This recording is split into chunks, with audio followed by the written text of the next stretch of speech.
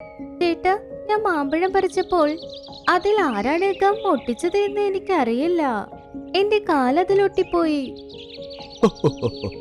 റിംജിം, അത് ഞാൻ വെച്ചതല്ല. നീ വെള്ളത്തിൽ മുങ്ങിപ്പോകുമ്പോൾ നിന്റെ ചിറകുകൾ നീ വേഗത്തിൽ അടിക്കണം.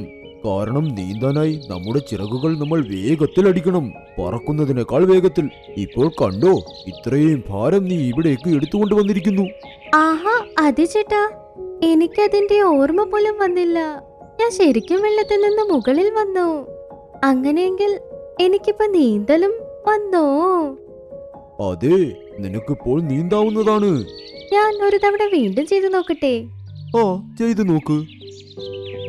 അത് കഴിഞ്ഞ് റിംജിം നദിയിലിറങ്ങി. ചില സമയത്ത് മലർന്നു കിടന്ന്, ചില സമയത്ത് അങ്ങനെ നേരെ ചെന്ന്. അങ്ങനെ അത് നദിയിൽ നീന്തുന്നത് കണ്ട് ആ താറാവ് പറഞ്ഞു, റിംജിം ശരിക്കും കഠിനപ്രയത്നി തന്നെ.